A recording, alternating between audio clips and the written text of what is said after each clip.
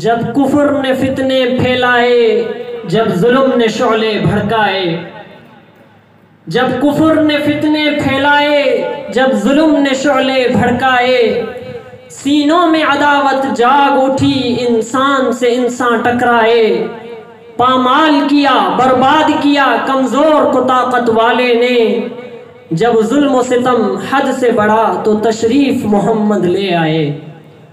ماشاءاللہ، جزاک اللہ۔ یہ تھے امان اللہ بن محمد رمضان بوہڑ، جو بہترین انداز میں آپ حضرات کے سامنے مخاطب تھے۔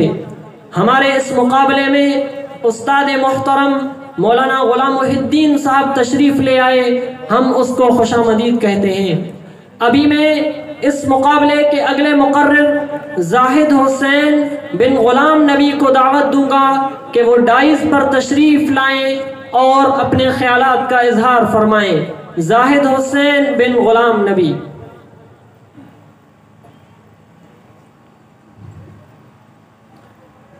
الحمد لمن تفرد بالقدم وكل شيء ما سواه مسبوق بالعدم، والصلاة والسلام على سيد العرب والعجم، أما بعد فأعوذ بالله من الشيطان الرجيم، بسم الله الرحمن الرحيم، ما كان محمد أبا أحد من رجالكم ولكن رسول الله وخاتم النبيين، وقال النبي صلى الله عليه وسلم، وكان النبي يبعث إلى قومه خاصة وبعثت إلى الناس كافة، صدق الله العظيم وصدق رسوله النبي الصادق الأمين۔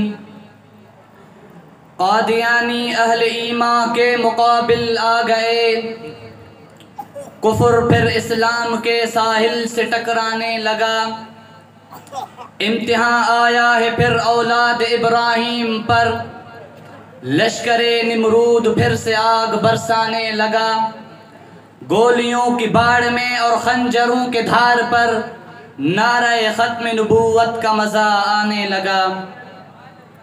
واجب التکریم اسٹیج کی زینت، صدر محفل، منصفین و معززین اور پنڈال میں موجود تمام پروانان ختم نبوت، السلام علیکم ورحمۃ اللہ وبرکاتہ۔ میں آج کی اس پرکیف محفل سعید تقریری مقابلے میں جس موضوع کے جواہرات سخن بخیرنے کی سعادت حاصل کر رہا ہوں وہ ہے عقیدہ ختم نبوت۔ بارگاہ مجیب و معین میں عرضدار دعا ہوں کہ مجھے مبنی برحق کلمات کہنے کی توفیق عطا فرمائے۔ گرامی قدر، خلاق عالم نے اس عرض دنیا کی پشت پر حضرت آدم علیہ السلام سے لے کر حضرت عیسیٰ علیہ السلام تک کم و بیش 1,24,000 انبیاء و رسول مبعوث فرمائے، جو خلیفۃ اللہ بن کر مخصوص علاقوں، مخصوص قوموں اور مخصوص بستیوں کے لیے چراغ ہدایت بنے۔ ہر نبی نے اپنے بعد ایک ایسے نبی کے آنے کی بشارت سنائی جو سب کا منتظر ہوگا، جس پر معراج انسانی کا اختتام ہوگا۔ ہاں، جب باری آئی بشارت انبیاء، دعائے خلیل اللہ، نوید مسیحا، آمنہ کے لال، صاحب جمال و کمال، محبوب رب ذوالجلال، محمد مصطفیٰ خاتم النبیین کی، تو اللہ نے تمام قیودات اور حدود کو ختم کر دیا کہ جہاں تک رب کی ربوبیت ہے وہاں آقا کی ختم نبوت ہے۔ وہ رب العالمی ہے، یہ رحمت للعالمی ہے، وہ خدا، یہ مصطفیٰ، وہ ربوبیت کے تخت پر، یہ ختم نبوت کے تخت پر، وہ رب العلا، یہ شمس الضحیٰ۔ کروڑوں قیامتیں برپا ہو سکتی ہیں لیکن تخت الوہیت پہ کوئی نہیں جا سکتا۔ اسی طرح انا والساعۃ کہاتین حدیث کے مطابق کروڑوں قیامتیں برپا ہو سکتی ہیں مگر تخت ختم نبوت پہ کوئی نہیں جا سکتا۔ اس پوری کائنات میں مشرق سے مغرب تک، شمال سے جنوب تک، عرش بری سے تحت الثری تک اگر کسی کی نبوت کا راج ہے تو وہ ختم نبوت والے نبی کا راج ہے۔ میرے مسلمان دوستو، عقیدہ ختم نبوت ہمارا شجر ایمانی ہے جس کی آبیاری قرآن کی 100 آیات اور پیغمبر کی 210 سے زائد احادیث سے ہوتی ہے۔ اصحابی پیغمبر کا عملی اجماع جو ابو بکر کی قیادت میں میدان یمامہ میں مسیلمہ کذاب کے خلاف ہوا اور 1400 سالوں سے ہر کلمہ گو کی صدا ودعوى النبوت بعد نبینا کفر بالاجماع، اور سینکڑوں اقوال سلف اس شجر ایمانی کی شاخوں کو اور مستحکم کر دیتے ہیں۔ ہمارا عقیدہ ہے قرآن و حدیث کی روشنی میں جب اس کائنات میں کچھ نہیں تھا، رب کی ذات تھی، تو عالم ارواح میں رب ذوالجلال نے میرے نبی کے ختم نبوت کی ڈکا بجانے کے لیے میثاق کے انبیاء لیا، جس کو یوں بیان کیا گیا وَإِذْ أَخَذَ اللَّهُ مِيثَاقَ النَّبِيِّينَ لَمَا آتَيْتُكُم مِّن كِتَابٍ وَحِكْمَةٍ ثُمَّ جَاءَكُمْ رَسُولٌ مُصَدِّقٌ لِّمَا مَعَكُمْ لَتُؤْمِنُنَّ بِهِ وَلَتَنصُرُنَّ۔ جب روح کو لباس جسم دے کر عالم دنیا میں بھیجا تو ابو البشر سیدنا آدم علیہ السلام پر علم ختم نبوت ظاہر کرتے ہوئے ان کے دونوں کندھوں کے درمیان مہر ختم نبوت لگا دی، جس کو قطب حدیث میں یوں بیان کیا گیا بین کتفی آدم مکتوب محمد الرسول اللہ خاتم النبیین۔ جب میں نے ایک قدم آگے چل کر دیکھا تو عالم برزخ میں بھی پیغمبر کی ختم نبوت نظر آئی۔ در منصور میں ایک حدیث ہے کہ جب منکر نکیر میت سے سوال کرتے ہیں تو وہ میت جواب میں کہتا ہے ربی اللہ وحدہ لا شریک لہ الاسلام دینی و محمد نبی وہو خاتم النبیین۔ روز محشر جب حساب کتاب شروع ہوگا تب بھی عالم آخرت میں میرے نبی کے ختم نبوت کا راج ہوگا۔ ہر نبی نفسا نفسی کے عالم میں لوگوں سے برات کا اظہار کرے گا۔ بخاری شریف کے الفاظ ہیں کہ حضرت عیسیٰ علیہ السلام لوگوں سے کہے گا اذهبوا الى محمد فیأتون محمدا فیقولون یا محمد انت رسول اللہ وخاتم الانبیاء۔ قربان جاؤ اپنے آقا پر، عالم ارواح سے لے کر عالم محشر تک، بلکہ تمام زمانے بھی میری نبی کے، تمام علاقے بھی میرے نبی کے۔